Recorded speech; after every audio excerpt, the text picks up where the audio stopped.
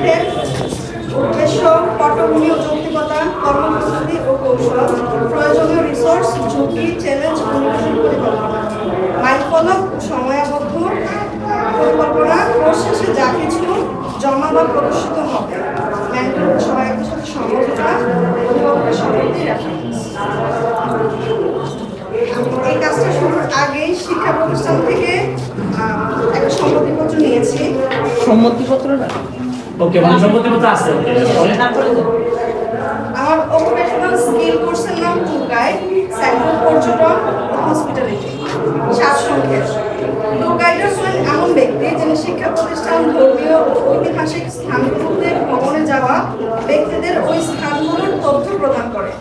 অনেক পর্যটকরা আমাদের দেশের কেন্দ্রে এসে সবচেয়ে বেশি যে সমস্যায় পড়ে, কোথায় থাকবে, কি খাবে, কি করবে, কিভাবে যাবে ইত্যাদি ইত্যাদি।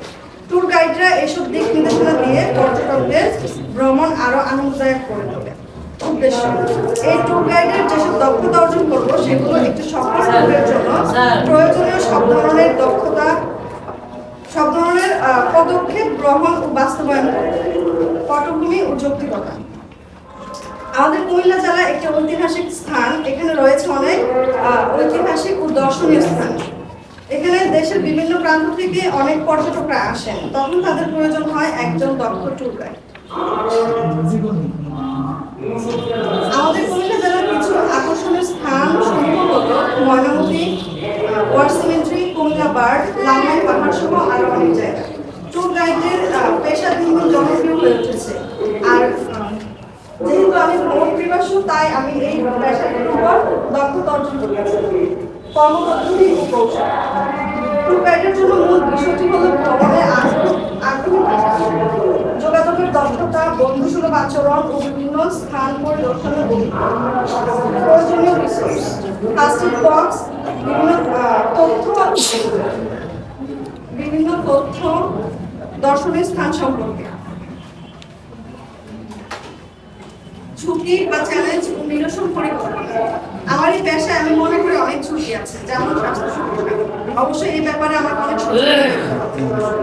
আর্থিক সমস্যা নিরসনের জন্য আমাকে, যেহেতু আমি একজন শিক্ষার্থী, আমার উপস্থিত টাকা বা আমার টিফিন টাকা অল্প থেকে একটু একটু করে সঞ্চয় করে আমি এই সমস্যার সমাধান করছি।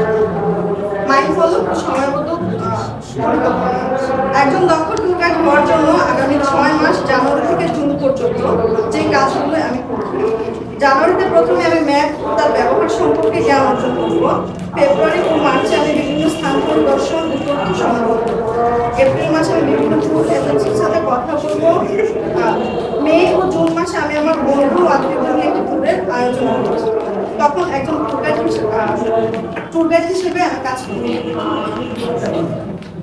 অকুপেশনাল স্কিল কোর্সের শেষে যা কিছু পরিশেষে পর্যটকদের থেকে একটি করে প্রতিবেদন নিয়ে আমার বিষয় শিক্ষককে জমা দিব, অর্থাৎ পর্যটকদের থেকে কিছু মতামত যে আমার ট্যুর গাইডের কাজটি কেমন ছিল। মেন্টর এবং সহায়কের সাথে সমঝোতা। বিষয় সহায়ক শিক্ষক আমাকে এই পেশাতে এগিয়ে যেতে অনেক সাহায্য করেছেন। তাদের সাথে সমঝোতা করে আমি আমার এই পেশায় দক্ষতা অর্জনের দিকে এগিয়ে যাচ্ছি।